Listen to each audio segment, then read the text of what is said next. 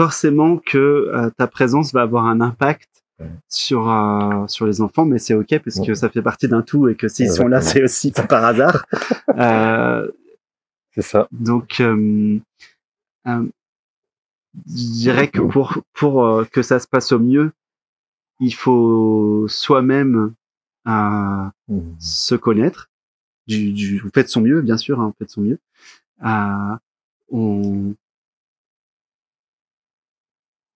On s'observe, et justement le fait d'avoir des enfants, ou même d'être en couple, en fait, ça va faire un effet miroir qui va faire qu'on va conscientiser plein de choses.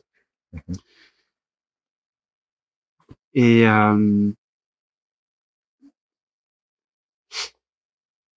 peut pas être comment dire, on peut pas être neutre, ça c'est sûr, mais la seule chose ce qui me paraît évident et important de dire, c'est que fondamentalement, la base de toutes les problématiques humaines vient du sentiment de manquer d'amour. Donc, tout à l'heure, je parlais du sentiment de séparation, c'est la même chose en fait. Ouais. Si l'enfant se sent aimé, après le reste, c'est un peu... le reste, c'est la cerise sur le gâteau, mais c'est pas le gâteau, quoi. Le gâteau, c'est vraiment que l'enfant, il se sent aimé. Ouais. S'il se sent aimé, s'il sent que tel qu'il est, il est aimé inconditionnellement. Ouais. Et ça, normalement, c'est quelque chose d'assez naturel en fait, parce que ça, c'est pas égotique. Tous les animaux, bon, il y a peut-être forcément, il va y avoir des exceptions, parce que dans la conscience, elle fait toujours des exceptions. mais tu vois, une poule vis-à-vis de ses poussins, ou n'importe quel animal va prendre soin de sa progéniture, et c'est spontané et c'est inconditionnel. Même chez les insectes, il y a ça. Donc ça, c'est pas de l'ordre de l'ego, ça. C'est automatiquement, c'est la présence qui fait ça. Donc si on arrive à se laisser porter par ça, l'enfant il va sentir qu'il est aimé inconditionnellement, et c'est tout ce dont il a besoin. Après, des fois, justement, les enfants, ce qui est intéressant, c'est que ça va questionner nos principes, nos valeurs, des choses que l'on pense comme étant hyper importantes, et tout ça, on va se rendre compte que finalement, c'est peut-être pas le cas. Exactement.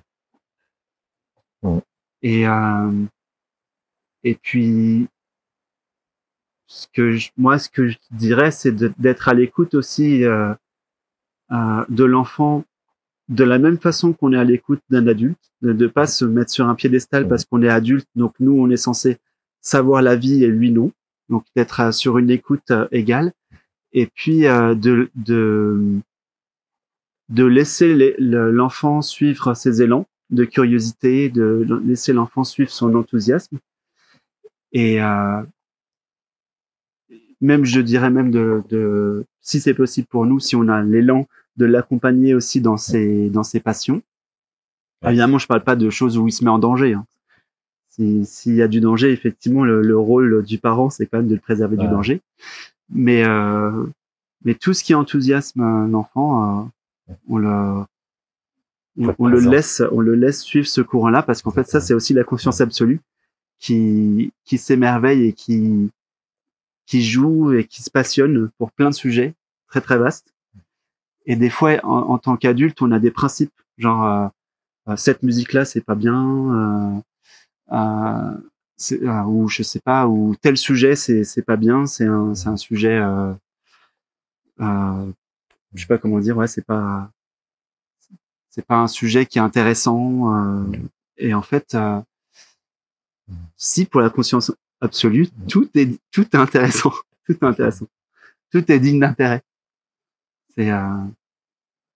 C'est si votre enfant il se passionne pour les camions poubelles, allez à fond dans le sujet des camions poubelles. C'est ok quoi pour les camions poubelles. Il y a tant qu'il y a la passion, c'est ok. Ouais. Et plus le travail des adultes qui accompagnent les enfants est en profondeur, c'est-à-dire plus ça touche à l'essentiel, plus ça fait écho chez l'enfant, puisque l'essentiel en nous, c'est l'essentiel qu'il y a chez l'enfant. Donc la compréhension, elle va devenir de plus en plus, j'allais dire, harmonieuse, claire, fluide. Et en général, ça se passe mieux parce qu'il y a une véritable écoute, mais vraiment en profondeur. Ce qui n'empêche pas par moment, quand il y a un élan qui surgit, de taper le poing sur la table. Ça peut arriver aussi. Mais surtout, ce qui est important, c'est que les parents, ils n'ont pas à culpabiliser parce qu'ils font du mieux qu'ils peuvent. Là où ils en sont, dans la façon d'appréhender le contact, l'échange, l'éducation, etc. avec leur enfant, ils font du mieux qu'ils peuvent. Des fois, ils peuvent pas faire autrement que ce qu'ils font. Alors des fois, c'est vrai que c'est pas évident. Des fois, ils sont un peu trop autoritaires, les parents, trop violents. Des fois, trop laissés aller. Des fois, c'est jamais évident. Mais ils font du mieux qu'ils peuvent.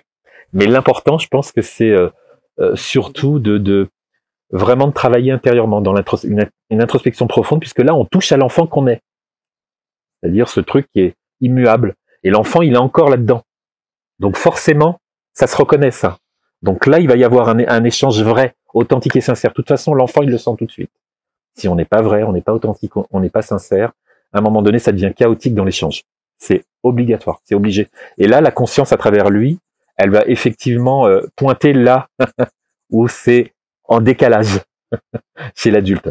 Donc du coup, il y a plus, entre guillemets, intérêt à faire ce travail intérieur profond pour pouvoir mieux comprendre l'enfant, là où il est lui, là où il se situe. Et là, ça va se passer avec beaucoup plus de fluidité. Vraiment. Pour que ça soit fluide, en fait, ça se passe pas par la tête, justement, ça se passe par le cœur et par l'empathie. Et ce dont je me suis rendu compte, parce que j'ai un fils, c'est qu'un enfant ne fait jamais de caprice en réalité. Ça, c'est un mot qu'on utilise beaucoup. Tu fais des caprices, etc. Un enfant, il fait jamais de caprices, c'est pas qu'il fait des caprices, c'est que c'est nous qui le comprenons pas. Je dis pas ça pour faire culpabiliser des gens, hein. C'est pas pour faire culpabiliser. C'est qu'en fait, si on le comprenait, il réagirait pas comme ça. En fait, souvent, on revient toujours au même truc. Il fait des choses qui nous paraissent bizarres et genre il va faire des choses qu'on qualifie comme des bêtises, etc. Pour comment dire, retrouver le lien d'amour. On va dire ça comme ça. Et pour un enfant, l'amour, c'est encore plus important que la nourriture physique. Donc, c'est vraiment le plus important. Voilà. Et en fait, finalement, quand on est dans le cœur et dans l'empathie, c'est très, très simple. C'est pas une question de méthode ou de mental, c'est une question d'empathie. Et effectivement, là, il y a que en soi-même, en faisant, en allant dans l'introspection, qu'on peut réellement, plus on est à l'écoute de soi, plus on est à l'écoute des autres. Plus on se comprend soi, plus on comprend les autres. C'est clair. Ouais. Donc voilà, mais encore une fois, il faut pas culpabiliser. Hein. C'est ok, on est là où on en est. Et puis on fait du mieux qu'on peut. On fait du mieux qu'on peut. C'est sûr, hein, c'est sûr. Et il y a aussi un truc qui est intéressant par rapport aux enfants, c'est que quand on s'en veut de la façon dont on élève nos enfants, souvent c'est que on en veut à quelque chose qui a été fait par nos parents envers nous-mêmes. C'est-à-dire qu'il y a une espèce de chose transgénérationnelle dans l'éducation qu'on va conscientiser. En fait, quand on a un enfant, on va se rendre compte qu'il y a des choses qu'on fait qu'on nous faisait à nous. Des fois, on refait même des choses que pourtant on n'aimait pas qu'on nous fasse, mais on les refait. Parce que comme on nous les faisait enfants, c'est inscrit dans le subconscient. Et donc, c'est encore un moyen de conscientiser plein de choses. Bien sûr. C'est des schémas, hein. Ouais, mais ces schémas, ils peuvent être répétitifs. Très souvent. C'est pour ça, comme on disait avec Pierre, plus le travail introspectif sur qui l'on est va se faire en profondeur, moins on va reproduire ça, entre autres, ce genre de choses. Moins on va le faire. Ma mère, elle a eu des périodes où, à un moment donné, comme elle a été une enfant martyrisée, mais vraiment martyrisée, hein, battue, rouée de coups et tout ça, tu vois, on lui faisait des horreurs. Moi, elle m'a jamais fait ça, si tu veux, si vous voulez. Moi, elle m'a jamais fait ça, mais par contre, elle a eu des réflexes à un moment donné d'être violente pour essayer d'arrêter quelque chose qu'elle n'arrivait pas à calmer comme situation. Et après, elle s'est vite, elle a eu, comme elle avait un travail vraiment très profond, tu vois, une introspection profonde, elle s'est dit, ah non, je peux pas continuer dans cette voie-là. La violence, ça sert strictement à rien, ça mène nulle part. Donc, il y a vraiment eu une conscientisation du truc. Elle a pas répété le schéma. Du coup, c'est ça en fait, c'est hyper important. On pense des fois, enfin, moi je suis pas parent, mais je vois les choses quand même, hein, que en tant que parent, des fois, on pense qu'on est obligé de passer à l'acte à un moment donné, forcément et obligatoirement d'une punition ou d'une claque ou d'une fessée et autres, et on croit qu'il n'y a pas d'autre moyen. Parce qu'on veut arrêter la situation très vite et tout de suite parce qu'on n'en peut plus, on est dépassé. C'est faux, ça c'est une croyance. Et c'est pour ça que l'on dit que plus on va se connaître intérieurement, donc plus on va se rapprocher de l'état, entre guillemets, enfin de ce qu'est l'enfant en profondeur, moins toutes ces choses-là, ça va arriver. Et plus ça va être vraiment, mais tellement évident de parler, d'échanger avec lui, de le suivre dans ce qu'il aime, dans sa sensibilité. Moins il y a de violence, ça disparaît. Même les schémas qu'on avait de nos parents, et parents, ou grands-parents, etc., on n'a pas l'élan, en fait, de les reproduire. C'est fini. Et les choses se passent, il y a une espèce de douceur qui s'installe. Et forcément, l'enfant, il le ressent, même s'il est en colère, même si à ce moment-là, il n'a pas envie d'aller dormir, même s'il n'a pas envie de manger, mais ça sera juste pour lui. Ça sera évident. Et du coup, ça va passer assez vite. L'état qui est pas évident chez lui, donc il est en réaction, eh ben, ça passe très très vite, quoi. Parce que pour lui, c'est juste. Il voit que ses parents, en fait, ils sont bien présents. Parce que lui, l'enfant, il le sent, ça, hein. On a l'impression que et il sent beaucoup de choses. Hein. On croit qu'il sent pas tout, mais il sent plein de choses, l'enfant. Hein. Et du coup, il sait quand son père, sa mère sont vraiment alignés, juste, voilà, et que c'est ok, quoi.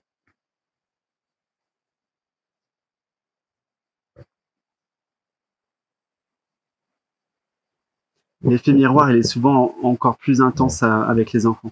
Carrément. J'ai eu des gens en entretien une fois qui me disaient, enfin plusieurs fois même, des choses du genre ouais, mon enfant il m'écoute jamais, etc.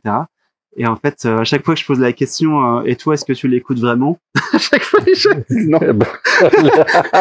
Donc forcément, ben voilà. Si t'écoutes pas, il va pas t'écouter non plus. Ou un enfant qui crie tout le temps, par exemple, je leur dis, et vous, vous parlez tout le temps calmement. Non, ils hurlent. Et en fait, non, il parle tout le temps fort en criant aussi. Donc en fait, c'est vraiment, carrément. on voit vraiment, c'est vraiment l'effet miroir. C'est intéressant, quoi. Ouais. C'est intéressant pour ça.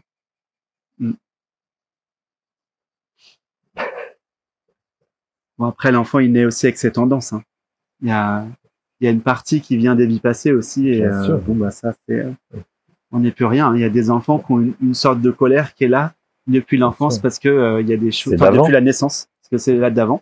C'est d'avant. Donc là, on l'accompagne pareil du mieux qu'on peut. On fait du mieux qu'on peut, non? Bah ouais. Du mieux qu'on peut. Mais je répète que le plus important, c'est qu'ils se sentent aimés. Tout le reste, c'est vraiment juste... bon, c'est la cerise sur les gâteaux, mais c'est vraiment pas le plus important. Et puis, rappeler aux parents que la culpabilité, ça sert à rien. Ouais. Parce que souvent, des parents disent, mais est-ce que j'étais un bon père? Est-ce que j'étais une bonne mère? Moi, j'ai entendu plein de fois ça. Hein. Ma mère, elle-même, m'a posé la question. Est-ce que j'ai été une bonne mère? Elle me l'a dit. Du coup, c'est... voilà. Oui, parce que après... tu fais du mieux que tu peux, quoi. Je veux dire, à ce moment-là, tu n'as pas d'autres outils ou tu sais pas comment appréhender les choses.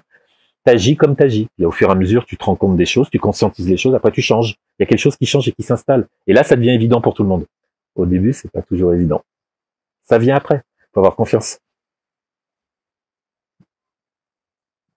Et puis juste pour finir, parce qu'il y a pas mal de gens qui sont sur un chemin spirituel qui vont écouter. Ne pas forcer ses enfants à aller sur un chemin spirituel, à méditer ou à faire des pratiques spirituelles. Même dans la tradition chez les rishis, donc les premiers sages de l'humanité, ou même dans les traditions yogiques, du temps où il y avait des relations de maître à disciple, on va dire assez poussées. Ouais. Les gurukulas, donc les écoles de maîtres où on allait pour l'enseignement spirituel, ça a commencé à 12 ans. Donc avant l'âge de 12 ans, on ne parlait même pas aux enfants de tout ça. Donc enfin voilà, il n'y a pas besoin de forcer les enfants à quoi que ce soit. Et à rien, hein, ça veut dire que là, on a donné un exemple en parlant des enfants pour la voie spirituelle, mais c'est la même chose pour l'habillement, pour la nourriture, pour les plaisirs et les joies à faire avec les copains, les machins. On est là simplement pour avoir, à un moment donné, il y a l'écoute de qu'est-ce qui se passe, on capte le truc, tu vois, est-ce qu'il y a éventuellement quelque chose qui apparaît comme un danger, et ok, on peut éventuellement, voilà.